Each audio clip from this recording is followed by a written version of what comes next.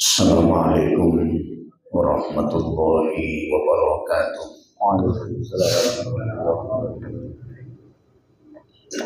Alhamdulillahilladzi manna alaina nikmatan katsirah. Khususatan nikmatul imani wal islami wal ihsan. Asyhadu an la ilaha illallah wahdahu la syarika lah wa asyhadu anna sayyidana wa nabiyyana wa maulana Muhammadan abduhu wa rasuluh. Allahumma sholli ala sayyidina Muhammadin al-fatih lima ulika wal khatim lima sabaq nasiril haqqi bil haqqi wal hadi ila siratikal mustaqim wa ala alihi haqqa qadrihi wa miqdarihi al-azim. Amma ba'du. Ikhwatul iman, jama'atu salatul isya, sadatuna al-a'izza, as-sadali Allahu wa iyyakum. Rahimani wa rahimakumullahu tabaraka wa ta'ala. Bapak Ibu hadirin jamaah sholat isya yang dimuliakan Allah Subhanahu wa ta'ala. Kembali kita bertemu bermajelis di dalam satu majelis yang diagungkan ianya oleh Allah Subhanahu wa ta'ala. Majelisul ilmi, di mana majelis ketika kita tegakkan, Allah perintahkan para malaikat untuk berduyun-duyun mendatangi kita seraya membawa keberkahan, kasih sayang Allah, ampunan atas segala dosa dan terkabulnya setiap doa dan keinginan kita. Bapak Ibu yang mulia, kita lanjutkan kembali pembahasan al-mabahis haula siratir Rasulullah sallallahu alaihi wasallam, yaitu kembali membentangkan, mengupas, mengurai sejarah dari kehidupan manusia yang dikatakan ahsanun nasi khulqan wa khuluqan, yaitu beliau baginda Rasul Muhammad sallallahu alaihi wasallam, sebaik daripada manusia yang pernah diadakan oleh Allah di alam semesta ini. Manusia yang paling agung, a'zamul basari wa ajallahum wa akramuhum. Nah, kita masuk pembahasan al-hawadis al-muhimmah ba'da hadisatil Isra'i wal Mi'raj bin Nabi sallallahu alaihi wasallam, yaitu beberapa peristiwa-peristiwa penting yang direkam oleh ulama ahli sejarah yang berkenaan dengan selepas berlalunya dari satu peristiwa yang agung, yaitu Isra dan Mi'raj Nabi Muhammad SAW. Nah, sebagaimana telah kita sampaikan pada pertemuan yang lalu, bahwa hadisatul Isra wal Mi'raj hadasat, bahwa peristiwa Isra Mi'raj Nabi Muhammad SAW itu terjadi di tahun ke-11 daripada kenabian. Walaupun ulama berselisih pendapat, di antara sekian banyak pendapat, ulama memilih tahun 11 karena dia 2 tahun, 3 tahun pas sempurna sebelum terjadinya hijrahnya Nabi ke Madinah. Nah, kemudian di tahun 11, kemudian di tahun 12 kenabian, sampai di tahun 13 kenabian, atau boleh dikatakan 3 tahun sebelum hijrah, 2 tahun sebelum tahun Hijriah atau 1 tahun sebelum masuk tahun Hijriah. Jadi 13 tahun kenabian itu sama ianya 1 tahun sebelum peristiwa hijrah atau 1 tahun qoblal hijrah.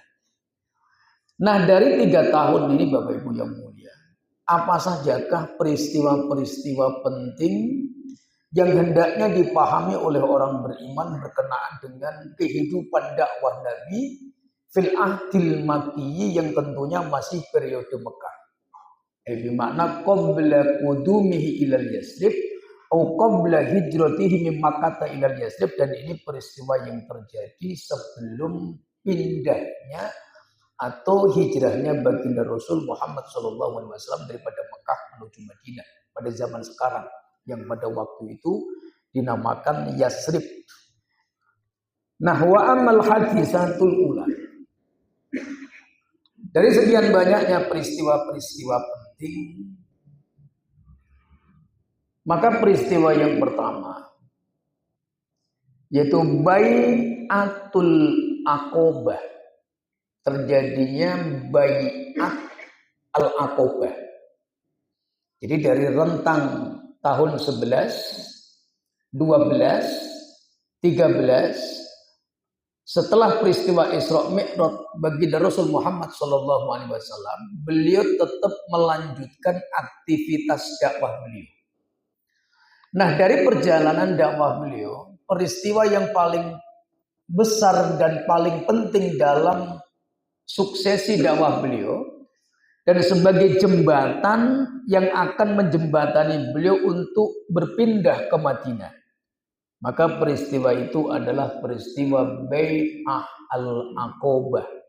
Terjadinya kesepakatan. Bai'ah itu perjanjian atau kesepakatan, sumpah setia yang dilakukan bainan Nabi sallallahu alaihi wasallam, yang perjanjian ini dilakukan oleh Nabi ma'adatin minal ansori, bersama dengan orang-orang dari kalangan Ansor. Jadi Bai'ah Aqobah itu satu peristiwa yang berkenaan dengan antara perjanjian yang diikat oleh Nabi dengan orang-orang Madinah, bukan dengan orang Mekah. Jadi perjanjian Aqobah itu lebih spesifik, hubungan alaqah bainan Nabi wal adadi minal ansori min ahlil Yasrib, yaitu hubungan muahadah, perjanjian yang dilakukan Nabi bersama dengan orang-orang Ansor yang mereka datang dari tanah Madinah waktu itu mereka sedang berada di Mekah. Nah, apa Bai'atul Aqobati? Bapak Ibu yang mulia, untuk lebih detailnya, karena Bai'at Aqobah ini termasuk hadisatun uzma. Sepakat ulama, dia merupakan bagian dari potongan sejarah, termasuk perkara yang paling penting, karena ini menjadi awal titik tonggaknya Nabi dan para sahabat nanti untuk berpindah dari Mekah menuju Madinah. Jadi peristiwa hijrah itu tidak langsung Nabi pindah begitu aja, tetapi diawali dengan muqaddimatul ahdas, diawali dengan peristiwa-peristiwa penting yang lain, yang dengan peristiwa itu menjadi sebab Allah mudahkan Nabi untuk melakukan hijrah bersama para sahabat ridwanullahi alaihim ajmain. Nah, kita lihat Bapak Ibu yang mulia, apa itu Bai'atul Aqobah. Jadi kita kenal terlebih dahulu apa yang dimaksud dengan istilah peristiwa Bai'atul Aqobah. Bismillahirrahmanirrahim. Enggak Pak, ini sampai jam 11 masalahnya nih Pak. Enggak, minum dulu Pak Haji.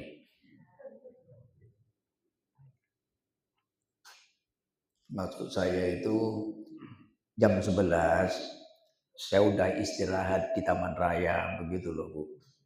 Ini tidak lama kok Bu, saya kurang sehat juga malam ini, kurang fit. Tadinya mau izin, cuman udah diumumin sama Pak Jack. Jadi mungkin 30 menit tambah 2 kali 1 jam, saya tutup dengan doa nanti Bu. Nah, kita lihat terlebih dahulu apa itu Bai'atul Aqobah. menurut indal mu'arrikhina, menurut keterangan ulama ahli sejarah. Wa amma hadisatu bi'atil aqobatihi mu'ahadatani hadasata fi Makkah. Satu mu'ahadah. Mu'ahadah itu perjanjian, Pak. Satu kesepakatan, satu ikatan yang diikat oleh dua belah pihak yang terjadi fi Makkah, di tanah Mekah. Siapa yang melakukan kesepakatan perjanjian ini? Bainan Nabi sallallahu alaihi wasallam, antara baginda Nabi wa majmu'atin minal ansori min ahli Yasrib, dengan sekelompok orang dari kalangan Ansor yang ada di tanah Madinah. Wa haitsu bay'al ansaru ar-rasul sallallahu alaihi wasallam ala nusratihi wa nasril islami. Apa Bapak Ibu yang dibuat kesepakatan dalam peristiwa Bai'at Aqobah? Nabi mengikat sumpah setia, dan yang diiyakan oleh orang-orang Madinah yaitu nusratu da'watin Nabi wa nasril islami. Orang Ansor siap sedia 24 jam untuk ikut terlibat membantu dakwah Nabi dan menyebarkan agama Islam. Itu yang ditujuan natijatu bai'atil Aqobah. Jadi perjanjian Bai'at Aqobah itu intinya kesepakatan yang dilakukan oleh orang Ansor di hadapan Nabi, yang orang Ansor ini bersumpah setia. Satu, nusratu da'watir rasul, mereka siap untuk membantu menolong dakwah Nabi. Yang kedua, linasril islami, yang kedua ikut serta berpartisipasi menyebarkan agama Islam. Ini orang Madinah, Pak. Nah, wasyakalat. Nah, kita lihat bentuk dua bi'at ini, wakhosotan asaniyah, terutama bi'at Aqobah yang kedua. Karena bi'at Aqobah ini terjadi dua kali, Pak. Bai'atul Aqobatil ula wa bai'atul Aqobatis saniyah. Jadi ada bi'at perjanjian Aqobah pertama, kemudian dilanjutkan perjanjian Aqobah yang kedua. Nah, pertanyaannya adalah kenapa sumpah perjanjian mu'ahadah itu dikatakan bi'at Aqobah? Kok bukan nama yang lainnya begitu? Dan yang menyebut tasmi' istilah bai'atul Aqobah itu langsung lisannya Nabi.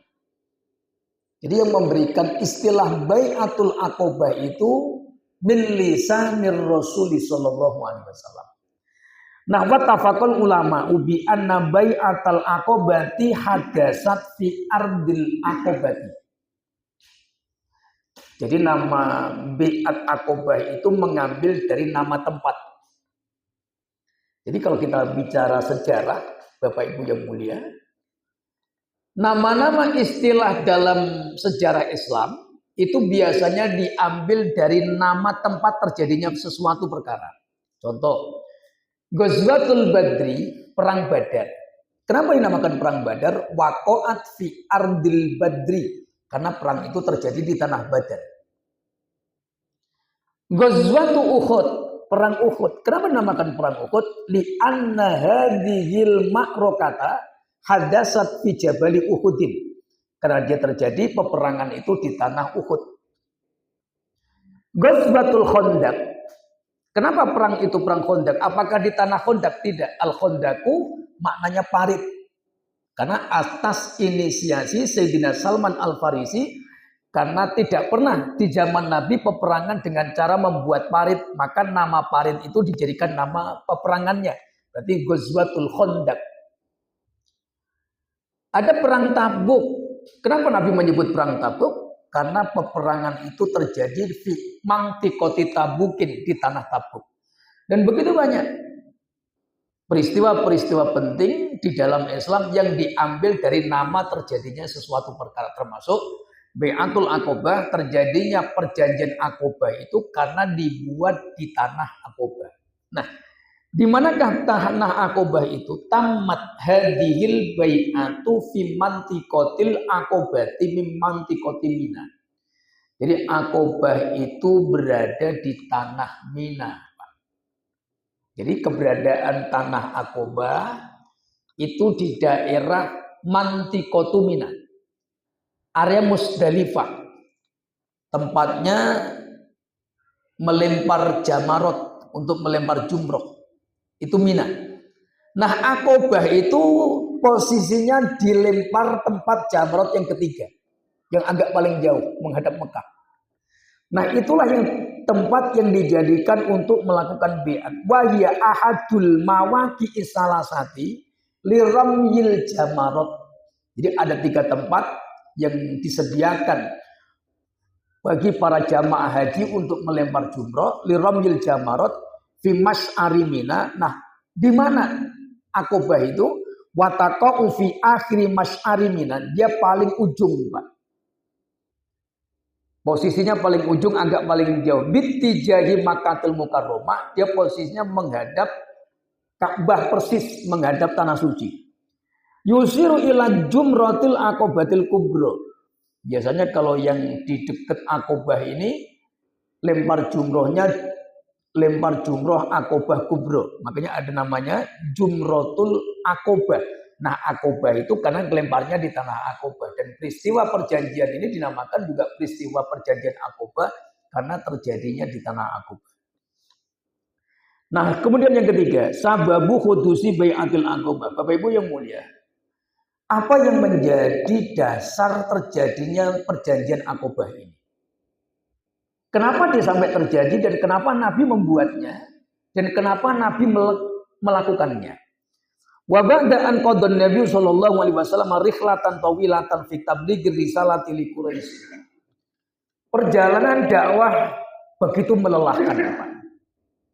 Ala siddati ta'abi was-su'ubah. Nabi tunggu lumus berdarah-darah kurang lebih 10 tahun, Pak. Sebelum peristiwa Isra Mi'raj 10 tahun sempurna. Terakhir yang kita bahas kemarin adalah hadisatu khisari kufari Quraisy, di mana Nabi dan Ahlul Bait diembargo selama 3 tahun, tahun ke-7 sampai tahun ke-10. Nah, kemudian di sini masuk di tahun ke-10 Nabi mengalami amul huzn. Sebelum itu lagi kemudian beliau berangkat ke Thaif. Daripada Thaif beliau juga mendapatkan al-idza wal igharah. Ditipu orang Thaif, dianiaya oleh mereka. Peristiwa Isra Mi'raj menguatkan beliau. Selepas dari Isra Mi'raj, Nabi semakin gigih untuk menyebarkan linasri al-islami. Beliau semakin kuat untuk menyebarkan Islam itu kepada umat manusia. Nah, kemudian istamarron Nabi sallallahu alaihi wasallam fi da'watihi. Nabi tetap aktivitas beliau berdakwah. Fakana yantahizu quduma mawasimil haji. Cuman pola dakwahnya Nabi ini beliau rubah. Setelah terakhir harapan beliau adalah mengislamkan ahlu Thaif, tetapi ternyata qudratullah, Allah belum berkenan dan mereka belum mendapatkan hidayah. Maka setelah Isra Mi'raj itu selesai, Nabi merubah pola dakwah, Pak. Memang dakwah itu harus mengalir, Pak. Tidak pas dengan cara ini, maka dibuat ide yang lainnya. Maka dakwah itu fleksibilitas. Dan ini telah dicontohkan oleh baginda Rasul. Beliau tidak monoton satu arah. Ketika satu gagal di sini, beliau mengambil trik yang lainnya. Dan ini beliau lakukan, Pak. Di tahun 11, 12, 13, 3 tahun berturut-turut, Nabi kemudian harapan beliau menyampaikan dakwah ini secara masif itu ketika berkumpulnya orang-orang yang naik haji ketika mereka di Mina, Pak. Jadi mereka kan ngumpul semua di sana itu, Pak. Nah, disitulah momen yang diambil oleh Rasulullah SAW untuk lidakwatin nas, untuk menyeru manusia. Ini awal muasalnya terjadinya perjanjian Bai'ah al-Aqobah. Nah, kemudian kalau kita lihat sejarah Bapak Ibu yang mulia, di tahun 11 itu, Bai'at Aqobah itu yang pertama tahun 12 kenabian.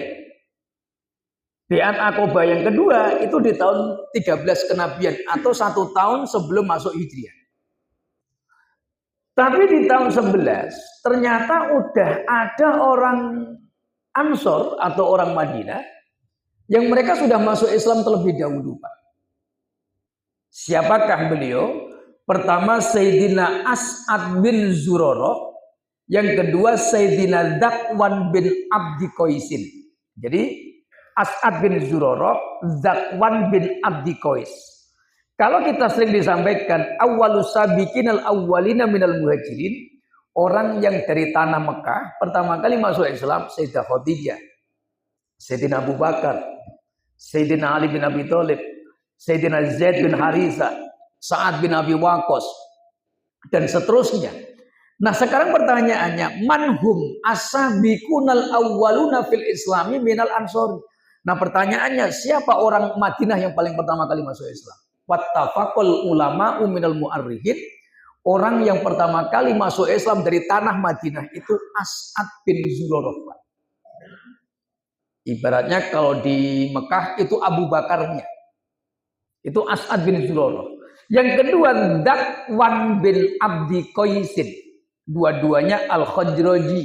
Orang yang ada di Madinah, puaknya suku Khazraj. Karena di Madinah itu sering kami sampaikan, sebelum Nabi datang ke Madinah, ada dua puak yang paling besar, orang Arab Madinah. Pertama Khazraj, yang kedua Aus. Nah besar mana orang Khazraj sama Aus? Lebih gedean orang Khazraj. Dan jumlah masyarakat penduduknya, orang Khazraj lebih banyak aksaru minal Ausi. Dan itu bittifaqil ulama. Nah dua orang ini Pak, kisah mereka masuk Islam terlebih dahulu. Dan dua orang inilah yang menjadikan sebab terjadinya hijrahnya Nabi ke Madinah. Yang menjembatani pertama kali. Waqad aslama qoblal aqobataini. Dua orang ini sepakat ulama, dua orang yang mulia ini masuk Islamnya sebelum peristiwa Aqobah di tahun 12 atau Aqobah yang kedua di tahun 13 kenabian. Nah, apa yang dilakukan oleh dua orang ini, Pak? Jadi wa kharaja Zakwan ibni Abdi Qaisin. Jadi Zakwan ini kawan dekatnya As'ad bin Zurarah, Pak. Syarik itu kongsi, Pak. Jadi antara Zakwan bin Abdi Qais sama As'ad bin Zurarah radhiyallahu anhu ini, mereka ini syarik orang Madinah yang tidak bertani, Pak. Punya kebun tapi mereka berniaga. Apa yang dilakukan oleh dua orang ini? Membawa kurma Madinah untuk dibawa ke Mekah. Nanti dijual di tanah Mekah. Nah karena beliau orang Madinah, di Mekah juga ada kongsinya, halifnya siapa? Utbah bin Rabi'ah. Itu udah dari zaman jahiliyah, Pak. Nah kemudian di tahun 11, dua orang ini ke Mekah, Pak. Yuridani Utbah bin Rabi'ah. Yang duanya ini ingin ketemu Utbah bin Rabi'ah untuk kembali membawa kurma-kurmanya. Wa fi asna'i safarihima, di tengah perjalanan ketika mereka masuk tanah suci Mekah, dua orang ini mendengar qad sami'a. Dua orang ini mendengar bahwa di Mekah telah ada nabi yang diutus, nabiyan mab'usan wa mursalan. Jadi dua orang ini di tengah perjalanan sebelum ketemu Utbah bin Rabi'ah, orang-orang Mekah ini sudah heboh tentang perbuatan mereka kepada seorang nabi yang baru diutus. Penganiayaan mereka ini didengar oleh As'ad bin Zurarah. Maka kemudian dua orang, As'ad bin Zurarah dan Zakwan ibnu Abdi Qaisin ini akhirnya muter, Pak. Setelah masuk tanah suci Mekah, mereka tidak lagi ke Utbah bin Rabi'ah, tapi penasaran. Betul nah ini ada nabi yang baru yang namanya Muhammad. Jadi akhirnya nyari informasi dua orang ini dan ingin ketemu dengan orang yang namanya Muhammad. Falakia, akhirnya dua-duanya ketemu sama Rasulullah Sallallahu Alaihi Wasallam. Nah setelah ketemu, maka Nabi menyeru kepada mereka. Faqara'a an-Nabi Sallallahu Alaihi Wasallam lahumal Qur'ana. Di hadapan dua orang ini Nabi bacakan ayat-ayat Al-Quran. Fayasma'ani, dan keduanya mendengarkan dengan luar biasa. Maka seketika itu dua orang ini langsung masuk Islam, Pak, tanpa banyak pertanyaan. Fa'aslama, maka dua-duanya langsung bersyahadat di hadapan Nabi SAW. Yaitu As'ad bin Zurarah sama Zakwan ibnu Abdi Qais. Ini nggak pakai nanya ini itu, Pak. Langsung setelah dibacain beberapa ayat oleh Nabi, langsung mereka masuk Islam.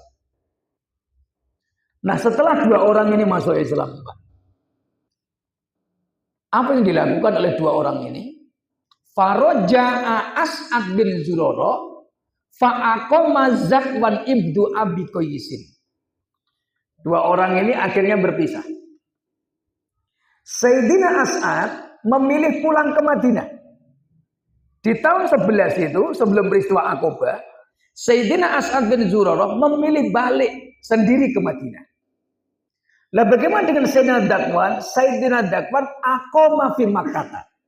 Beliau tidak mau pulang. Beliau pengen dekat sama Rasulullah. Maka dengan harta yang beliau bawa, beliau beli rumah di tanah Mekah, Pak. Nah, sesampainya di Mekah, harta yang dibawa yang tadinya mau bisnis sama Utbah bin Rabi'ah, bawa uang berapa dinar begitu, itu dipakai untuk beli tanah, beli rumah, dan dia aqama fi Makkah. Akhirnya Zakwan ibnu Abdi Qais lebih memilih tinggal di Mekah. Semata apa? Beliau ingin sering ketemu dengan Rasulullah. Nah, bagaimana dengan As'ad? As'ad pengen menyampaikan kepada kaumnya bahwa di Mekah ada Nabi yang sudah diutus. Dua-duanya boleh, dua-duanya benar. Yang satu pengen terus bersama Nabi, yang satu pengen balik ke Madinah. Untuk apa? Untuk memberitahu orang-orang Madinah, di Mekah sudah ada Nabi yang mab'usan, ada Nabi yang sudah diutus oleh Allah Subhanahu wa taala. Ini awalnya, Pak. Jadi rentetan peristiwa hijrah yang kita sering peringati di hari Muharram itu, bulan Muharram. Awalnya dari dua orang ini. Di saat setiap musim haji Nabi menyampaikan Islam, orang Mekah nggak ada yang menggubris. Banyak orang berkumpul, ya jitami'unan nas, tetapi tidak ada yang mau mendengarkan seruan Nabi. Maka sebelum peristiwa di tahun haji itu, maka dua orang ini kemudian berbiat kepada Nabi, fa'aslama masuk Islam. Nah, Sayyidina As'ad bin Zurarah akhirnya faroja ilal Yasrib, beliau balik ke tanah Madinah. Nah, terus kemudian di tahun 12 kenabian atau 2 tahun sebelum hijrah, maka hal ini dijadikan momen oleh As'ad bin Zurarah yang sudah balik kampung ke Madinah. Dan Nabi berpesan kepada beliau untuk menyampaikan kepada kaumnya orang Khazraj bahwa aku ini Rasulullah, abduhu wa rasuluh. Kau sampaikan ke kaummu, aku ini seorang Nabi, sampaikan kepada mereka untuk memasukkan diri mereka kepada agama Islam, millah at-tauhidiyah. Makanya di tahun 12 itulah kemudian Sayyidina As'ad membawa beberapa orang dari Madinah. Ini kisah rintitannya, Pak. Berapa yang beliau bawa? Banyak sebetulnya, Pak. Tapi yang paling dikenal oleh ulama ahli sejarah, sittatu nafarin minal ansaril ladina aslamu. Di tahun 12 setelah rukun haji itu ditunaikan, maka orang-orang itu ada di tanah Mina, Pak. Tepatnya di tanggal 13 Zulhijjah. Nah, di tanggal 13 Zulhijjah Nabi mendatangi tanah Mina. Waqala an-nas, dan Nabi berdiri di hadapan orang. Ya, Allah sebenarnya dengan suara berat dengan suara yang tinggi. Akan tetapi orang-orang Arab Mekah itu tetap berbalik. Mereka tidak menerima dan tetap menolak seruan Nabi. Jadi ketika Nabi belum pindah ke Madinah, orang-orang sudah haji. Karena haji itu bukan hanya syariat Islam, tetapi millah al-Hanafiyah, al-Hanafiyah itu warisannya Nabi Ibrahim. Semua Nabi haji, semua umat manusia haji. Walaupun ada taklid sudah mengalami perubahan. Maka mereka ketika berada di atas bukit ini, maka Nabi mendatangi mereka. Maka Sayyidina As'ad bin Zurarah radhiyallahu anhu membawa 60 orang plusnya beliau, tapi 5 orang keluar. Maka 6 orang ini kemudian mendatangi Rasulullah SAW yang sedang duduk di antara bainal kahjah. Nabi yang duduk di antara beberapa bukit ini. Maka kemudian Nabi Sallallahu Alaihi Wasallam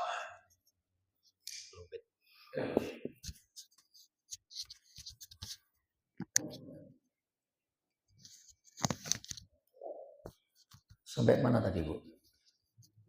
Ini terputus lah akhirnya. Akhirnya Nabi ketika di tanah Mina itu 6 orang dari Madinah itu mendatangi beliau. Ketika mereka sudah duduk di hadapan Nabi, wayak uduna, wayak jelisuna amama Nabi, 6 orangnya duduk semua. Faqoma As'adu ibnu Zurarah. Maka berdirilah As'ad ini, Pak. Dan itu tidak minta izin kepada Nabi. Maka apa yang dikatakan oleh Sayyidina As'ad? Ya qaumi wa kaumku. Matan tadiruna. Apa yang kau tunggu? Kau jabat tangannya Rasulullah ini. Kau beat dia, kau ambil sumpah setia, kau masuklah Islam di hadapannya. Apa yang harus kau tunggu? Karena pada kebingungan, Pak. Akhirnya setelah mendengar khutbahnya As'ad itu, 5 orang ini serentak memegang tangannya Nabi. Jadi 5 laki-laki ini berbeat kepada Nabi, maka tangannya ditumpuk. Al-Imam Az-Zuhri mengatakan bukan satu-satu, Pak. Jadi bukan bay'atuka ya Muhammad, aku berbeat kepadamu ya Muhammad, satu-satu bukan. Tapi bay'na. Jadi semuanya tangannya ditumpuk begini. Jadi 1, 2, 3. Ini cara beatnya Nabi ketika membeat jamaah yang memungkinkan untuk ilsok mulamasa. Dan inilah juga yang kami amalkan di Thariqah kami, Thariqah Tijaniyah dan yang lain. Kalau ada beat mursyid dengan orang-orang yang akan suluk masuk Thariqah, yang kalau orangnya itu banyak, maka biasanya kami membeatnya rombongan. Jadi tangan itu ditumpuk sampai tinggi gitu, nanti tangan kita di atasnya begitu. Baru dibeat secara berjamaah. Bukan satu-satu begitu. Itu kalau 20 orang bisa kelamaan. Dan itu yang dilakukan oleh baginda Rasul. Dan beliau membeat seperti itu hanya untuk laki-laki. Lirijal wa amal lin nisa, adapun untuk perempuan Nabi tidak pernah ilsok, iltimas, dan Nabi tidak pernah bersentuhan. Sekalipun nggak pernah. Nabi membeat mereka, yubayu'un Nabi, dan Nabi membeat dengan bil kalam, bil lisan, dengan ucapan. Nah ini siapakah mereka? Pertanyaannya 5 orang itu. Pertama adalah As'ad bin Zurarah sebagai kepala pimpinan yang bawa dari Madinah ke Mekah. Kemudian Auf bin Haris, Rafi' bin Malik, Qutbah bin Amir, Uqbah bin Amir, Jabir bin Abdillah radhiyallahu anhu. Jadi 5 orang plus 1 orang As'ad bin Zurarah. Jadi ketika beat Aqabah pertama, As'ad bin Zurarah ini sudah masuk Islam, Pak. 5 orang ini sudah diceramai di Madinah oleh As'ad bin Zurarah. Mereka sudah dikenalkan Islam. Islam tuh begini, syahadat tuh begini, Rasul tuh begini. Jadi As'ad balik ke Madinah itu langsung dakwah, Pak. Siapa targetnya? 5 orang ini, Pak. Dan di antara 5 ini Jabir bin Abdillah. Nah, Jabir bin Abdillah ini yang paling terkenal, Pak. Dari 5 orang ini yang paling masyhur itu Jabir bin Abdillah karena banyak meriwayatkan hadis. An Jabir bin Abdillah radhiyallahu an Jabir bin Abdillah yang abah beliau syahid di perang Uhud. Nanti kita lihat seperti apa kisahnya nanti di beberapa pertemuan yang akan datang. Nah, wa haula isittatuhum awwalu man aslama minal ansor. Kalau dihitung dari peristiwa ini, maka boleh kita urutkan, Pak. Orang Ansor yang pertama kali masuk Islam, pertama As'ad bin Zurarah, Zakwan bin Abdi Qais, kemudian Auf bin Al-Haris Al-Khadraji, Rafi' bin Malik, Qutbah bin Amir, Utbah bin Amir, adik-beradik Jabir bin Abdillah. Berarti 5 tambah 2, 7. Ini orang-orang Ansor yang pertama kali masuk Islam. Dan ini peristiwa sebelum hijrah. 2 tahun sebelum hijrah. Maka setelah hal ini terjadi beat, Pak. Apa yang dibeatkan oleh Nabi kepada mereka? Wa ammal be'atul aqabah au be'atul aqabatil ula. Adapun di beat Aqabah yang pertama, Pak, apa yang dijanjikan dan disumpahkan oleh Nabi? Baya'an Nabiyyu sallallahu alaihi wasallam al-wafda alladhi atahu fi bai'atil aqabatil ula ala mayati. Jadi ketika 5 orang ini sudah duduk bersimpuh di hadapan Nabi dan tangan mereka ditumpuk dan Nabi tangannya ada di atas semua tangan mereka, maka kemudian Nabi menyebutkan, ini hadis Bukhari, Pak, tapi kami ambil kesimpulannya. Yang pertama, alla yusyriku billahi syai'a. 1, jangan kalian sekali-kali menyekutukan Allah dengan apapun ianya. 1. Nah, kemudian yang kedua, alla yasriku syai'an min malil ghairi. Jangan sekali-kali engkau mencuri, mengambil harta orang lain kecuali dengan cara yang benar. Sarikoh. Yang ketiga, wa alla yaznu, dan sekali-kali jangan kalian berzina, meletakkan benih kalian kecuali di rahim-rahim yang dibenarkan oleh agama saya, Islam. Yang keempat, alla yaqtulu auladahum, jangan sampai membunuh anak-anak mereka. Maksudnya bagaimana? Jangan sampai anak itu dibunuh khosyata imlakin, dengan apapun alasannya, apakah takut miskin, takut repot, takut nanti gemblot, macam-macam, terus anak dibunuh baik ketika lahir atau masih dalam bentuk janin dalam kandungan, maka semuanya haram dan jangan dilakukan. Ini biat yang keempat. Yang kelima, wa alla ya'tu bi buhtanin, jangan sekali-kali berbohong, berdusta, dan jangan bersumpah palsu. Wa alla ya'sullaha wa rasulahu bima amarahu abada, dan jangan sekali-kali mengingkari perintah Allah dan Rasulnya selama-lamanya. 5 ini, Pak, dilisankan oleh Nabi, maka sahabat-sahabat itu menerimanya. Qabilna ya Rasulullah, kami terima biat ini. Nah, setelah diterima, wa wa'adahumun Nabi sallallahu alaihi wasallam, setelah mereka mengucapkan sumpah setia, Nabi kemudian memberikan janji kepada mereka, inhum aufau bima ahaduhu alaihi falahumul jannah. Maka engkau semuanya, ketika engkau penuhi 5 perkara ini, kelak di hari kiamat engkau akan dijaminkan masuk surga. Itu sahabat, Pak, dikasih tahu akan dimasukkan ke surga itu, langsung Masya Allah, ala halatil farohi wasurur. Orang-orang Madinah dikabarkan dengan 5 perkara ini akan mendapat surga. Semangatnya luar biasa. Padahal belum pernah dengar apa itu surga. Karena orang Arab itu kalau dikatakan al-jannah itu seperti kebun. Kalau udah dikatakan kebun, itu bustan. Al-jannah itu satu keindahan. Jadi kalau dikatakan al-jannah itu walaupun belum tahu isinya, mereka sudah membayangkan ini syai'un jamil, sesuatu yang bagus. Apalagi itu dijanjikan di hari kiamat. Al-hayatu ba'dal mauti ba'dal zalazilal ardi. Maka mereka Masya Allah, totalitas. Bala syahidna wa qabilna ya Rasulullah. Kami taat, kami terima, kami dengar, kami ikuti. Itu mereka, Pak. Dan di beat Aqabah pertama tidak ada unsur peperangan. Nabi tidak membeat mereka untuk beatul muharabah atau beatul harbi. Maka dikatakan beat Aqabah pertama itu bai'atun nisa, seperti beatnya seorang perempuan, Pak.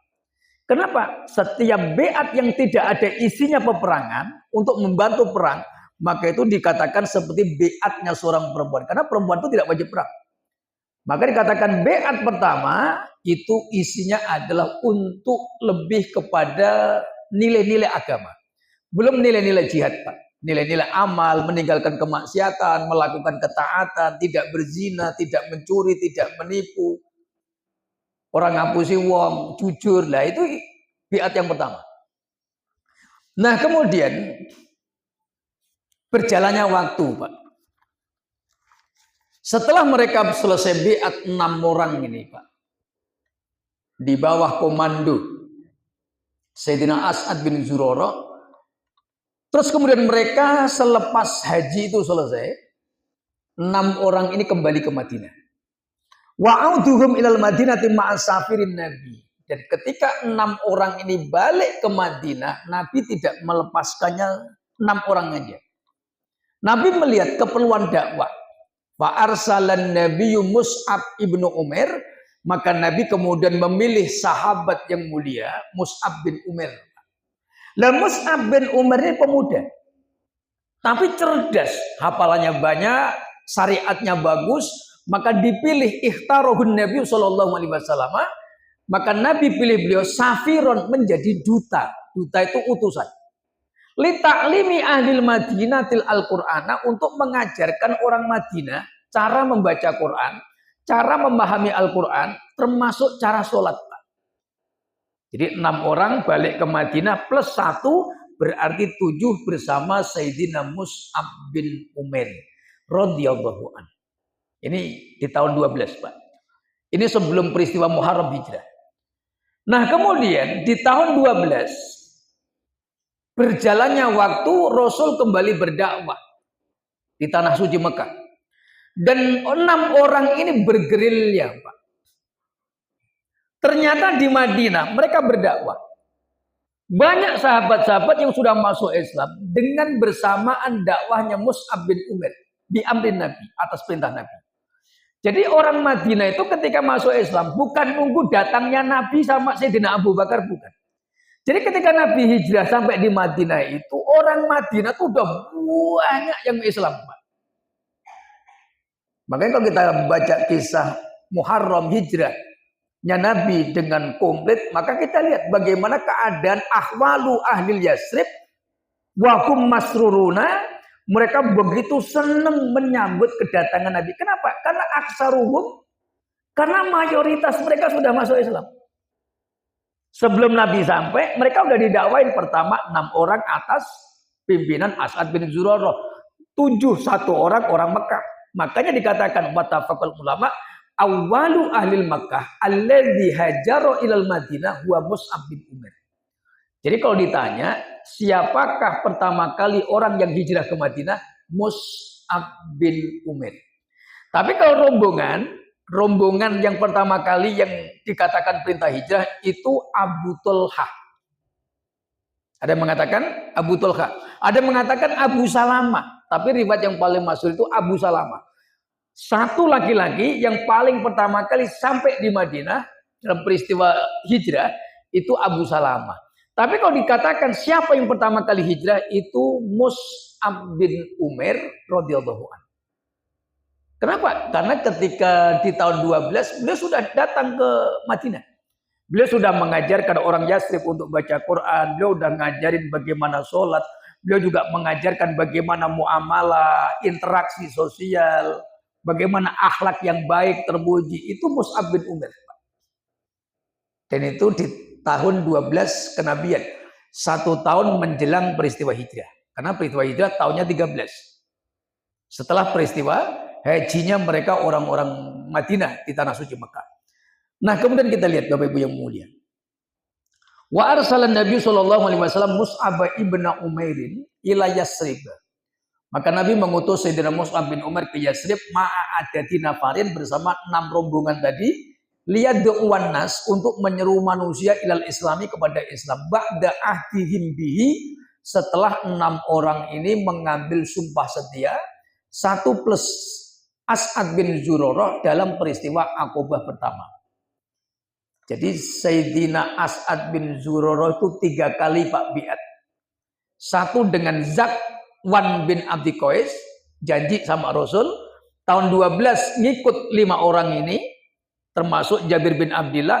Nah, nanti masuk al-bai'ah atau bai'atul aqobati saniyati. Nah, kita masuk peristiwa bai'at Aqobah yang ketiga. Yang kedua, bukan yang ketiga. Karena yang pertama tahun 11 itu bukan bai'at Aqobah. Karena waktu Sayyidina As'ad sama Zakwan itu masuk Islam bukan di tanah Mina, tapi di satu tempat di luar tanah Aqobah. Maka dikatakan bukan bai'at Aqobah. Bai'at Aqobah cuma 2 kali. Tahun 12 kenabian sama tahun 13 kenabian atau menjelang tahun 1 Hijriah. Nah, kita lihat Bai'atul Aqobati Saniyati. Apa itu bai'at Aqobah yang kedua, Pak? Wa amma bai'atul Aqobati Saniyati au ma tu'rafu aidan bi bai'atil harbi. Jadi bai'at yang kedua ini kontennya lebih spesifik ke nusroh, menolong dakwah Nabi. Kalau bai'at yang pertama tadi kan jangan melakukan kemusyrikan, jangan berzina, jangan berbohong, jangan mencuri mengambil hak orang lain, maka jaminannya surga. Tapi kalau di bai'at yang kedua ini lebih spesifik ke nusroh. Nusroh itu menolong dakwah Nabi. Maka bai'atnya dikatakan bai'atul harbi. Bai'at sumpah setia untuk membentengi Nabi, mensokong dakwah beliau, walaupun tantangannya satu, an-nafas, jiwa. Al-mal, harta. Walaupun harta itu habis, maka ini menjadi satu perjanjian. Dan orang-orang Madinah, Masya Allah, ketika bai'at Aqobati Saniyah itu harus mujahadahnya al-jihadu bin nafas, al-jihadu bil mal. Walaupun sampai jihad itu dengan nyawa sekalipun, mereka sedikit pun tidak takut, Pak. Bahkan mereka justru menerima sambutan bai'at itu dengan penuh kegembiraan. Itu orang Madinah, Pak. Jadi orang Madinah itu, dakwah Madinah nggak ada angkat senjata, Bapak Ibu yang mulia. Kalau kita lihat rentetan fajr sejarah ini, orang Madinah itu menerima Islam. Nggak ada satupun yang pakai tajamnya bilah pedang. Nabi mendakwai mereka slow aja, Pak. Mereka langsung masuk, dapat hidayah, begitu aja. Nggak sekeras orang Mekah. Tidak sebebal orang Quraisy, itu Adul Yasid. Mereka orang-orang Arab. Tapi orang Madinah itu alyanu, lebih lembut. Ra'fatan walayinatan bin Nabi SAW. Jadi mereka gampang menerima Islam itu sangat mudah. Bahkan ketika Nabi di tahun 12 itu sebetulnya As'ad bin Zurarah melihat tingkahnya orang Quraisy Mekah sampai mengatakan, ya Rasul ta'ali, kemarilah engkau ya Rasul, ikutlah kami. Kalau engkau tidak diterima di Mekah, jadikan tanah Madinah itu milikmu semuanya. Itu As'ad bin Zurarah. Tapi Nabi karena belum ada wahyu untuk hijrah, maka beliau cuman mengiyakan, menyenangkan hatinya As'ad bin Zurarah. Itu baginda Rasul. Orang Madinah itu seperti itu. Mirip dengan orang Indonesia, Pak. Jadi orang Indonesia itu termasuk mirip dengan orang Madinah. Ketika dakwah Islam masuk ke Indonesia, nggak ada satupun yang angkat pedang, Pak. Diajak dialog dari ujung Pasai sampai timur barat itu, kalau saya baca sejarah, nggak ada satupun pedang yang diangkat oleh pendakwah. Mereka datang, membaur, berdagang, kemudian nikah sama orang-orang tempatan, beranak pinak, udah selesai. Makanya rata-rata mereka itu meninggalkan keturunan. Karena dakwah paling mudah itu nikah sama orang tempatan. Kayak saya ini nikah sama orang tempatan, Pak. Saya orang Padi, orang Jawa, anak buahnya Sadewo saya ini, Pak. Lah tetapi saya ke Batam nikah sama orang Batam. Tapi nggak ada kaitannya dengan sejarah kalau ini, Pak. Itu karena memang terpaksa nikah sama orang tempatan aja. Tapi kalau kita lihat sejarah Wali Songo, terutama di Tanah Jawa, Pak. Setiap satu daerah yang mereka singgah itu pasti punya keturunan. Makanya setelah mereka wafat, banyak orang-orang yang ngaku keturunannya.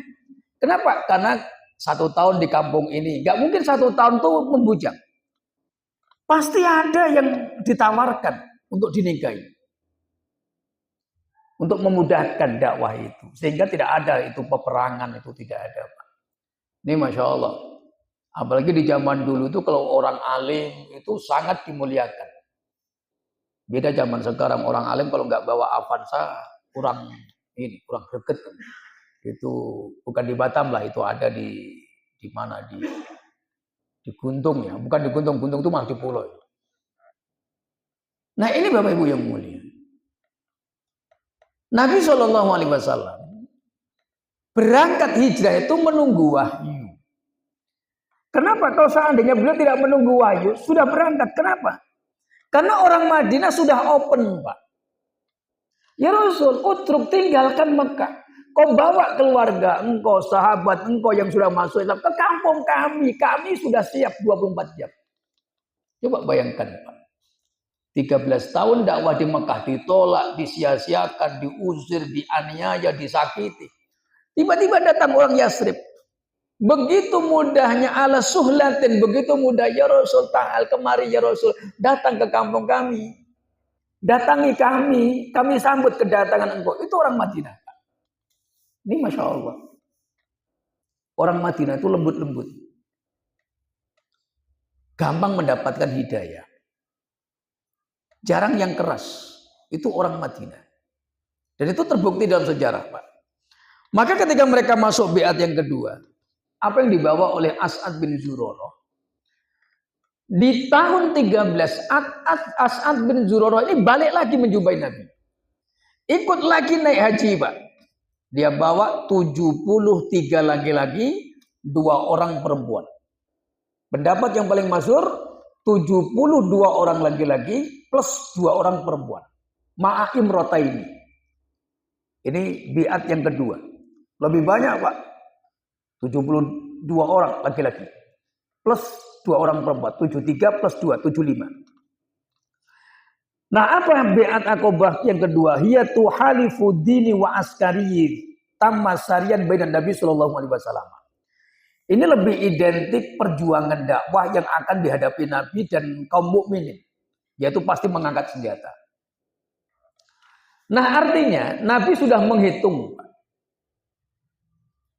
Ketika Nabi meninggalkan Mekah, orang-orang Arab Mekah ini tidak akan mungkin membiarkan begitu saja. Nabi pandangannya jauh ke depan, membaca apa yang akan terjadi. Maka dengan datangnya 73 laki-laki Ansor ini satu kekuatan tempur. Belum nanti berapa orang, 40 orang laki-laki yang dari Mekah. Yang masuk Islam 41 laki-laki. Yang mereka semuanya ikut hijrah. Nah, ketika mereka nanti datang ke Madinah, 40 laki-laki orang Muhajirin, 73 laki-laki orang Ansor, Nabi sudah punya kekuatan kurang lebih 100. Ikut 100. Berapa Pak Jack? 110? 110. Itu sudah lumayan bagi Nabi. Makanya kenapa dakwah Mekah itu tidak ada satu ayat satupun yang turun untuk ayatul harbi. Tidak ada satu ayat pun yang memerintahkan Nabi mengangkat senjata ketika di Mekah 13 tahun. Tapi ketika sudah dakwah Madinah, ad-dakwah al-Madaniyah, begitu terus turun ayat perang itu. 1 tahun bisa 4 kali, Pak. Bisa 5 kali. Kenapa? Disitulah Nabi menghitung kekuatan. Nabi sudah punya pasukan tempur. Maka biat yang kedua ini biatul harbi.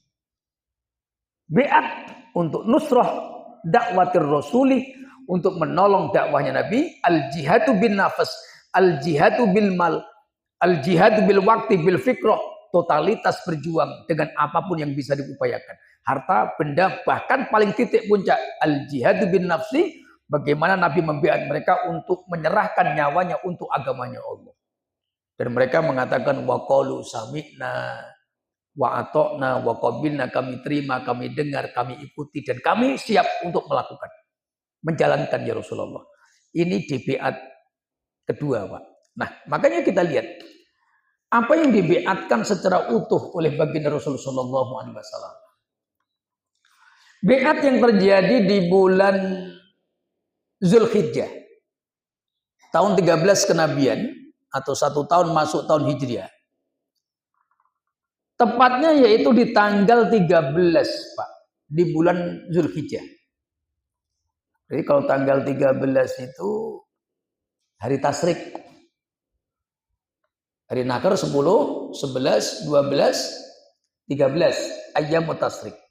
Jadi Aqabah yang kedua itu di malam Tasyrik yang terakhir, Pak. Kalau sekarang di hari Tasyrik yang terakhir, malam 13. Di bulan Zulhijjah, wa amma makanul bi'ati waqa'at fi Makkah fi suqbil ladzi indal aqabati bil qurabi minal jumratil ula bihmina. Tepatnya tetap di Aqabah sebagaimana sebelumnya dibuat perjanjian yang pertama. Perjanjian kedua juga sama dilakukan oleh Nabi di tempat yang sama, tetapi agak geser sedikit. Nah, apa yang dilakukan? Isinya apa? Wa baya'a ahlul madinatir Rasulullah sallallahu alaihi wasallam ala khamsati bunudin asasiyatin, 5 perkara. 5 perkara yang disepakati oleh ulama yang dibeatkan oleh Nabi kepada 73 orang laki-laki dan 2 perempuan. Yang pertama, be'atus sam'i wat ta'ah. Berbeat, sumpah setia untuk mendengar dan taat. Wala juhuda wala ingkar, tidak boleh ingkar, tidak boleh melawan, tidak boleh ngeyel. Be'atus sam'i wat ta'ati. 1, Pak. Wa fi kulli al-ahwal, dalam kondisi apapun. Sawa'an fin nasyati awil kasali. Baik itu ketika muncul sifat males atau dalam kondisi rajin, tetap sam'an wa ta'atan. Jadi as-sam'i wa ta'ah atau sam'an wa ta'atan, sami'na wa ata'na. Makanya di biat yang kedua ini waqalu, ucapan yang mereka dengarkan kepada Nabi, sami'na wa ata'na, kami dengar, kami taat ya Rasul. Beda dengan kita, Pak. Sami'na wa tafakkarna, kami dengar, kami pikir dulu. Kalau untung kami lakukan, kalau tak untung ya kami tinggalkan. Berat ringannya juga kami hitung dulu. Itu kalau umat zaman sekarang. Zaman Nabi nggak peduli mau berat atau ringan, sami'na wa ta'ana wala tafakkarna. Nggak ada kalimat kami pikir dulu, mikir belakangan. Kalau masalah ketaatan nanti mikirnya. Taat, dengar, resiko nanti. Itu sahabat, Pak. Fikuli ahwalin, dan itu dalam kondisi apapun. Mau sifat malesnya datang, mau tidak, sawaun bisawain. Yang kedua, be'atun nafaqoh. Berjanji kepada Nabi, mereka menyerahkan hartanya untuk dakwahnya Nabi. Itu orang Madinah, Pak. Apa dilakukan? Badlul mali fisabilillah. Sawaun kana saksu musiron au muksiron. Baik itu orang yang lapang hartanya, bahkan yang sempit ekonominya, fakiron kana au miskinan, baik itu miskin sekalipun, ketika sudah berbeat, kami taat, kami dengar, kami berikan kepada engkau ya Rasul. Makanya kalau kita baca kitab Hayatus Sahabah Maulana Yusuf Al-Kandahlawi, kita lihat kisah fuqara'im Madinah, kisah fakir orang miskin yang ada di tanah Madinah, Pak. Itu Masya Allah, Pak. Luar biasa. Mental mereka itu mental pejuang. Jadi kalau masalah harta itu nggak nunggu kaya. Nggak harus yang kaya yang bersedekah. Tapi bahkan yang afqaru ahlil Madinah, fuqara'uhum wa masakinuhum, yang paling miskin, yang paling fakir sekalipun, mereka berdoyong-doyong, berbondong-bondong ke Nabi.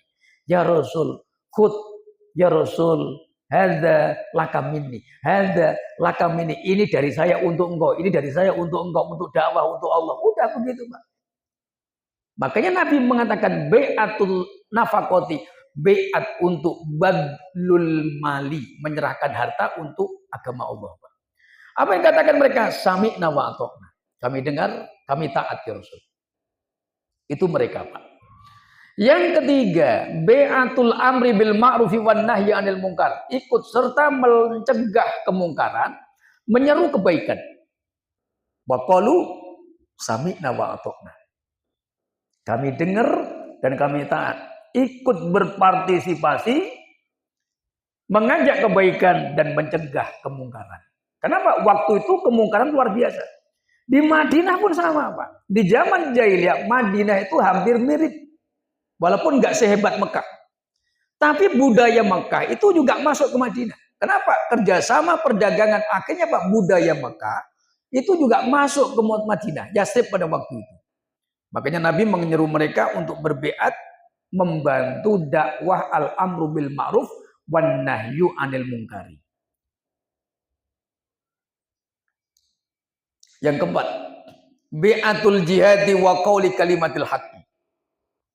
Nabi mengambil sumpah 73 orang, 2 perempuan ini untuk jihad, Pak.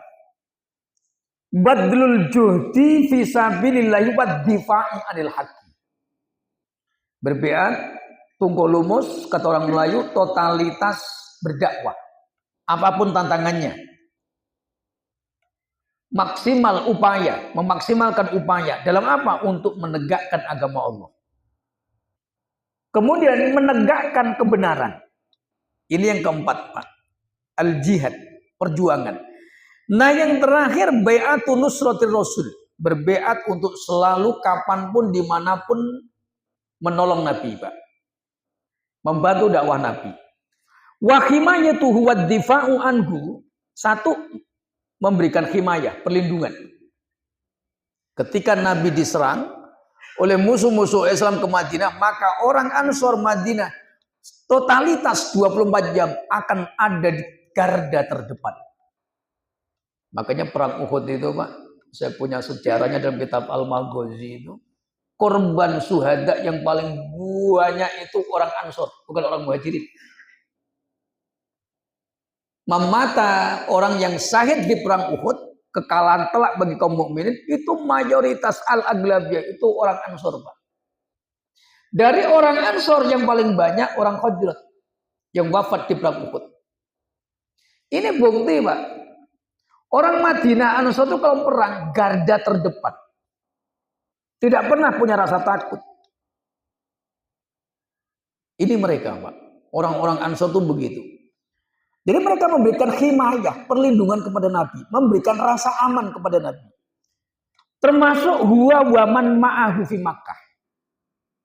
Siapapun orang yang datang kepada Nabi ketika nanti datang ke Madinah, siapapun orang Mekah, maka kami orang Ansor wajib memberikan perlindungan. Apapun alasannya. Ini biatnya. Kama yudamfi'una an anfusihim wa ahlim, dan itu seperti perlakuan ketika mereka menjaga diri keluarga dari menolak semua bentuk bahaya. Itu orang Ansor, Pak. Wa hadza kana sarton ra'isiyan fil bai'ati saniyati, dan inilah syarat yang paling mendasar dalam konten bai'at yang kedua. Maka dikatakan wasumiyat hadhil bai'atu bi bai'atil harbi, maka bai'at yang kedua ini dikatakan bai'at yang lebih dominan kepada peperangan. Al-indifa, ad-difa itu menolak musuh, melawan apapun bentuknya serangan, yang kapanpun yang akan datang menyerang Nabi dan kaum mukminin yang ada di Madinah, karena ini sudah diprediksi oleh mereka. Kalau nanti suatu saat kok Nabi pindah ke Madinah, apapun yang terjadi akan diri Nabi di Madinah, maka orang Ansor 24 jam berbeat untuk menjaga Nabi, berbeat untuk memberikan perlindungan kepada Nabi, memberikan keperluan Nabi, membantu orang-orang yang bersama dengan Nabi, dohiran wa batinan, malan wa angfu wa malan harta atau wa nafsan atau jiwa, apapun bentuknya. Ini biat yang kedua, dan inilah Bapak Ibu yang mulia, awal dari pengantar peristiwa hijrahnya Nabi, Pak. Nah, setelah 73 orang ini balik ke Madinah, ba'da ruju'ihim ilal Yasrib, dengan 2 orang perempuan tadi, maka kemudian Nabi yantadiru binuzulil wahyi bi amril hijrati, maka Nabi kemudian menunggu datangnya wahyu untuk hijrah. Baru kemudian masuk bab berikutnya, mengisahkan tentang hadisatu hijratin Nabi ma'asabihi, yaitu tentang peristiwa hijrah yang terjadi pada Nabi Muhammad SAW dan orang-orang yang membersamai beliau. Bapak Ibu yang mulia, 1 jam pas kita sampaikan materinya. Barangkali mungkin ada pertanyaan, Ibu-ibu, Bapak-bapak. Biar saya sambil bernapas, Pak. Ini serius, Pak, kurang fit betul saya, Pak. Mohon diampunilah dosa saya ini. Ibu-ibu, barangkali ada yang mau menanyakan? Pak Haji, yang lain barangkali seputar sejarah biat 3 peristiwa berturut-turut. Masuk Islamnya pertama kali orang Madinah, As'ad bin Zurarah sama Dakpan ibnu Abdi Qais. Kemudian peristiwa masuk Islamnya 5 orang, plus As'ad bin Zurarah 6 orang berserta Jabir bin Abdillah. Yang ketiga masuk Islam dan biatnya 73 laki-laki dan 2 perempuan, 75 orang. Dari kalangan Ansor dan Khazraj dan Aus. Yang ini menjadi pintu pembuka terjadinya peristiwa hijrahnya Nabi di akhir tahun 13 kenabian atau masuk tahun 1 Hijriah. Bapak Ibu yang mulia, barangkali kalau ada yang mau ditanyakan mengenai kaji kita pada malam hari ini.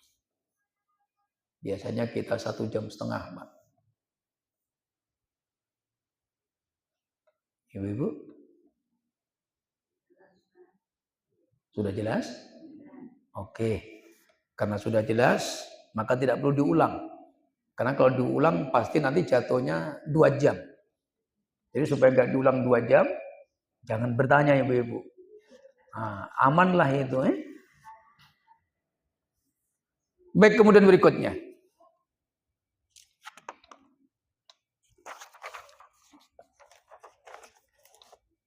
Dari beberapa keterangan Bapak Ibu yang mulia.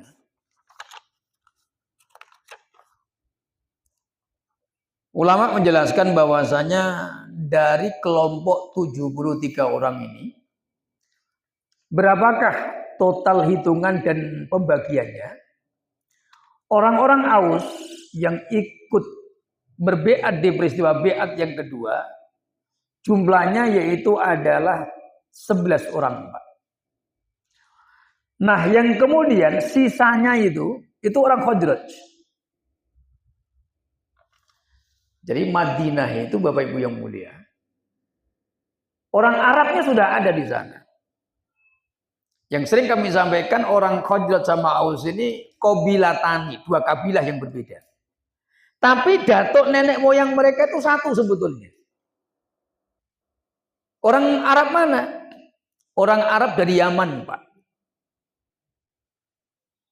Mereka eksodus ke utara setelah terjadi jebolnya banjir bandang yang ada di Yaman. Pada waktu itu. Bendungan Ma'rib atau ya Ma'rib kalau sekarang namanya. Karena banjir itu melanda kemana-mana, maka orang Arab Yaman, sekarang ini Yaman, maka mereka pindah ke utara, eksodus, Pak. Sehingga lahirlah 2 puak tadi. Ada yang Khazraj, ada yang Aus, Khazraj, Aus, yang nggak pernah berukun seumur hidup mereka. Begaduh aja kerjanya, Pak. Berantem, begaduh, saling menghina, saling membuli, nanti rebutan. Perempuan yang paling cantik, gontok-gontokan, ini aku yang paling layak nikahin dia, nanti perang ujung-ujungnya, Pak. Itu mereka, orang Arab Aus dan Khazraj. Saling menghina, meledek, berantem anak orang, nanti satu kampung tuh datang semua, itu mereka. Berantem satu anak dengan anak suku Aus sama Khazraj, satu kampung Aus, kampung Khazraj kok begaduh, nanti luka, itu satu kampung saling nyerang, Pak. Saling panas, saling lempar api, udah begitu. Itu dulu di zaman jahiliyah. Maka ketika datang Nabi, datang Rasulullah menyatukan mereka, fa'akhon Nabi menyaudarakan mereka antara sesama mereka dengan orang Ansor, dengan Muhajirin. Belum mereka kuatkan persaudaraan mereka sehingga mereka menjadi orang-orang yang dipilih oleh Allah Subhanahu wa taala. Ini Bapak Ibu yang mulia. Yang terjadi 14 abad yang silam tentang mengenai peristiwa di mana Nabi sebelum hijrah, Nabi sudah mengadakan membuka pintu-pintu hijrah. Di mana beliau sudah mentaklif, beliau sudah menyiapkan generasi atau menyiapkan pasukan atau orang-orang yang ada di Madinah yang nanti 24 jam siap mengawal beliau, menerima kedatangan beliau, menerima kedatangan sahabat-sahabat Muhajirin, dan itu terwujud dalam peristiwa hijrahnya Nabi. Bisa kita lihat nanti dalam beberapa pertemuan berikutnya tentang kisah hijrahnya Nabi dan mukjizat-mukjizat yang Allah berikan kepada Nabi dalam peristiwa hijrah, atau ketika beliau sampai di Madinah, begitu banyak kisah yang luar biasa ketika Nabi sudah melakukan hijrah dan diikuti oleh para sahabat. Baik sahabat itu yang sudah duluan sampai di Madinah atau yang terakhir sampai di Madinah. Siapa lagi-lagi yang paling terakhir sampai di Madinah? Sayyidina Ali bin Abi Thalib radhiyallahu an. Beliau adalah laki-laki yang paling terakhir. Nah, seperti apa kisahnya? Mohon maaf Pak Haji, saya kurang sehat betul ini. Tidak bisa nambah lagi 1,5 jam. Biasanya 9:30 saya selesai. Ini mohon maaf hanya mampu 1 jam. Ibu-ibu pukulin saya sampai penjut pun saya tidak sanggup lagi 1,5 jam. Jadi mohon maaf, minta ditoleransi. Nanti pertemuan berikutnya saya buat 2 jam. Ya, 2 jam untuk bayar utang yang setengah jam itu Pak Haji. Baik demikian, kenapa Bu? Oh siap gue, insya Allah. Jadi mohon maaf Bapak Ibu yang mulia karena kondisi kecapean dari kemarin. Biasa Pak kalau bulan Maulid ini muter siang pagi malam sehingga tidur pun udah gak terlelap lagi. Belum lagi urusan yang lainnya. Baik demikian, mudah-mudahan majelis pada malam hari ini membawa kebaikan, keberkahan, ada ilmu yang kita dapatkan dan menjadikan semakin kuatnya kita mencintai Rasulullah, semakin kuatnya kita merindukan beliau, dan semakin yakinnya kita kepada syariat beliau, dan semakin kuatnya kita mengambil pelajaran bahwa Islam itu datang bukan dibawa oleh burung, Islam datang bukan terbang dibawa oleh kertas, tetapi Islam datang melalui perjuangan, Islam datang melalui tumpah darah yang ditumpahkan oleh para sahabat, dipersembahkan untuk agama ini, bahkan menghabiskan harta, nyawa, dan apapun yang mereka miliki. Artinya Islam ini agama yang agung, Nabi adalah manusia yang paling agung, dan mencontoh dakwah Nabi, mengikuti perintahnya, sunnahnya adalah sesuatu yang agung. Dan mudah-mudahan ngaji seperti ini merupakan sarana agar kita juga termasuk orang-orang yang diagungkan oleh Allah, sebagaimana Allah mengagungkan para sahabat Nabi Shallallahu Alaihi Wasallam. Hadanallahu wa iyyakum. Kita tutup dengan bacaan surah Al-Fatihah. Al-Hadini Al-Fatihah. Bismillahirrahmanirrahim. Alhamdulillahirabbil alamin. Ar-Rahmanir-Rahim. Maliki yaumiddin. Iyyaka na'budu wa iyyaka nasta'in. Ihdinas shiratal mustaqim. Shiratal ladzina an'amta 'alaihim ghairil maghdubi 'alaihim waladdallin. اللهم صل على سيدنا محمد الفاتح لما أغلق والخاتم لما سبق ناصر الحق بالحق والهادي إلى صراطك المستقيم وعلى آله قدر المقدار العظيم صلاة ترنا بها جمال سيدنا رسول الله صلى الله عليه وسلم كل يوم وليلة يقظة ومنام صلاة تبلغنا بها زيارة المكة والمدينة حجا وعمرة بالسلام والعافية صلاة تجعلنا بها من أغنيائك الشاكرين وعلمائك العاملين وأوليائك الصالحين ربنا آتنا في الدنيا حسنة وفي الآخرة حسنة وقنا عذاب النار سبحان ربك رب العزة عما يصفون وسلام على المرسلين والحمد لله رب العالمين تقبل الله منكم هدانا الله وإياكم بالله التوفيق والهداية السلام عليكم ورحمة الله وبركاته.